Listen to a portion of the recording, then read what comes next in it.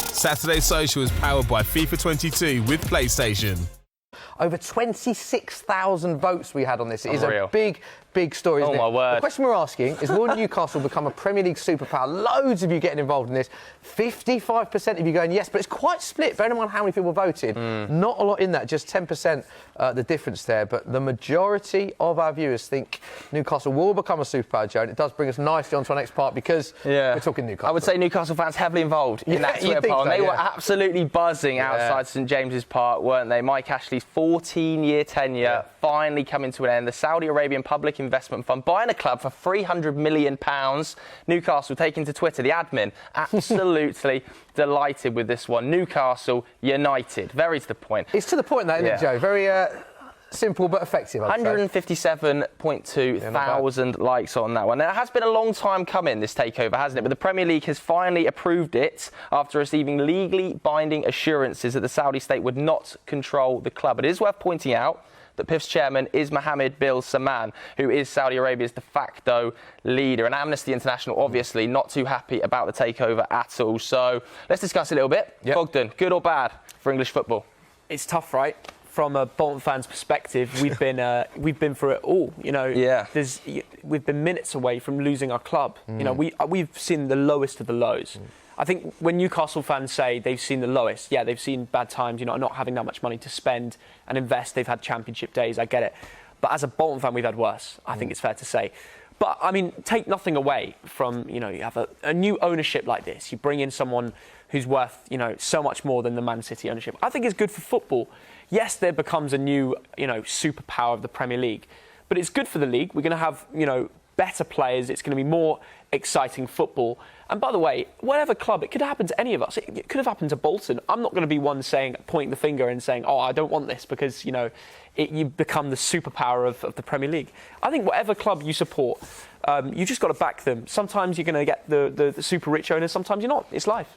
Yeah, I mean, they're worth a reported £315 billion. And put that in some context, Man City's owners, I think, around about 20 billion, Roman Abramovich about 10 billion. So it's an awful lot of money. So as a Bolton fan, would you want that to happen? It's easy for me to say no in the position that I'm at. You know, we're in a very good, comfortable position right now, and I'm happy. But if an owner came with worth over 300 billion and could bring Mbappe to Bolton, I'm not going to say no. Who's going to say no? Mbappe to Bolton, wasn't that? Kylian Mbappe to Bolton. Wow. He's going to go to Newcastle. That's crazy as well. He's not going to go to Newcastle. We can guarantee that. Are you sure? 100%. Are you sure? 100% Kylian Mbappe doesn't end up at Newcastle. Joe, all I'm saying is I'm saving my wild card for January. I know. You think what happened? They're going to bring someone Specs. Come on. I said Mbappe to Newcastle. Don't tell me Specs. Harry Kane to walk off a set. Harry Kane and Mbappe to Newcastle is going to happen. I'm telling you. Going to happen, guaranteed. Guaranteed. So we've had 100% not happen from Joe and guaranteed to happen from Specs. It's going to happen. It's good. That's what we need. That's what we need. Specs, I've heard you've gone on loan to Newcastle. Listen, I knew this was going to happen. I was wearing a Newcastle shirt 4 years ago. 4 years ago I was wearing Newcastle. I knew something was going to happen. Newcastle are a big club. They deserve this. Let's talk about the type of players. You mentioned Mbappe. What level of player do you think they will be able to attract? Are we being serious? You think it's going to be those? I'm talking immediately. So January is the first window of the opportunity that is available. I believe they can spend something up to 190 million without breaching financial fair play rules within those figures that have been reported. So realistically, who do you think that they can attract immediately? Well, first of all, I want to say I think they'll spend in January, but what they should do is invest into the community and the training grounds and improving the facilities of Newcastle United Football Club. They shouldn't just put money into transfers. They should actually look at improving the youth. Get a local Geordie lad the best possible training. You know, imagine having a local lad. I think Amanda Staveley said something along those lines, didn't she? She was talking about wanting to invest very heavily in the surrounding area and the stadium and the infrastructure training and complex. behind the scenes. Yes. So I think that is part of the plan. It's a good point you make, because there have been a lot of articles that I've read this week that do say that they do want to invest in more than just the squad. Yeah. So that's something that's important. You think it's important for the club? I think it's massive. If you just go there and put money in front of a transfer budget, I'm not sure it would go the right way. But they've got to stay in the league first. They do. Yeah, it's a good point, actually, and it's one that was raised by our good mate Will Nee, who's a big Newcastle fan, as we know, and he's been on the show many times before. He tweeted this: there will be nought more Newcastle United than becoming the richest club in the world and then getting relegated in the same season. A lot of people liking that tweet, 13,500 likes, a very entertaining tweet. But it's got a point as well, because they currently sit 19th in the league specs, winless after 7 games. They're in the relegation zone. Are there serious concerns here that they are in a relegation battle unless they do spend? Yeah, in January they need. Lewandowski, for example, wants a new challenge. Specs. No, seriously. Now we're talking. So why not go for Lewandowski? Specs. You've thrown out Mbappe, Lewandowski, and Kane in the last 10 minutes. All 3. They have to do it in January. You know why? Because they cannot be in a championship with all this money. Lewandowski's going to be competing for Champions League titles. What's he coming down to Newcastle for? Because he wants a new challenge. This is a great challenge for him. Specs, genuine question. Yeah. Do you think Newcastle can sign Lewandowski in January? Yeah, money talks. Really? Money talks. $1 billion a week? You never know. You never know. You never know. $1 billion a week. He can't say no to that. I agree. If they offer him $1 billion a week, he might say yes. But I reckon FFP might have a word. Yeah, $1 billion a week. I mean, they need to spend big in January. Yeah. Because they cannot be in a championship with all that money. Wow. I mean, that's a big shout, isn't it? Lewandowski. So let's be a little bit more realistic. Let's be a bit more realistic. So I think Lewandowski would say no, but there are areas of this Newcastle squad. I mean, if I was looking at it, who would you definitely keep in that Newcastle team? From your side, like Alan Saint-Maximin is a nailed-on name. Build the team around it. Saint-Maximin, Joe Willock. Yep. You've got to keep Callum Wilson. Yes, you keep him for sure. You even keep Dubravka, he's not a bad goalkeeper. Darlow's been putting a shift. You've got to keep a local lad in. Wait, I don't think he is. I think, but they've got to bring some more local lads through the system. This is why I say invest in the academy as well. But no, there's definitely a lot of positions that need investment. I think getting a really top-class centre-back. You've got the whole... I was thinking someone like Elvedi, who I think is at Gladbach. He's not world-class, but he could be. He's young. He's expected to be a top centre-back. I think sorting out the defence is key. Once you have people that are confident and run that back line, then you can look forward into bringing in a top central midfielder as well.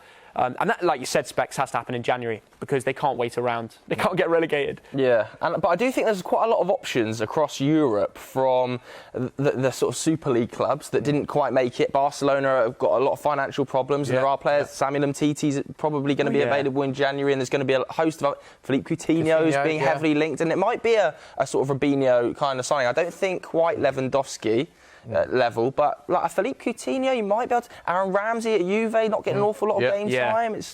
I think maybe more that level. We know he's proven it in the Premier League as well. Yeah. I think I'd love to see Aaron Ramsey back in the Prem. Like Specs, he's like your favourite player, isn't he? I love Ramsey, but Ramsey going Newcastle. Well, I wouldn't like that actually. And we've got to talk about the manager as well, by the way. We have to talk about the manager because Steve Bruce, he's been talking in the press a little bit. He's not too sure is he going to be there. Amanda Staveley said that she's going to speak to him and they're going to have some conversations. Do you think Steve Bruce is still manager for the Tottenham game? My dad's a big fan of Brucey. And he gets slaved from Newcastle fans all the time because he thinks he's put in a shift for the budget that he's got. But let's be real here. For me, it has to be Antonio Conte or Lampard. Antonio Conte? Yeah, with those managers, you can attract big players. They've been linked, haven't they? Gerrard's been linked. Conte, Lampard. Do you think... So you think Conte would be the biggest get ever? I can't see Bruce continuing. I can't.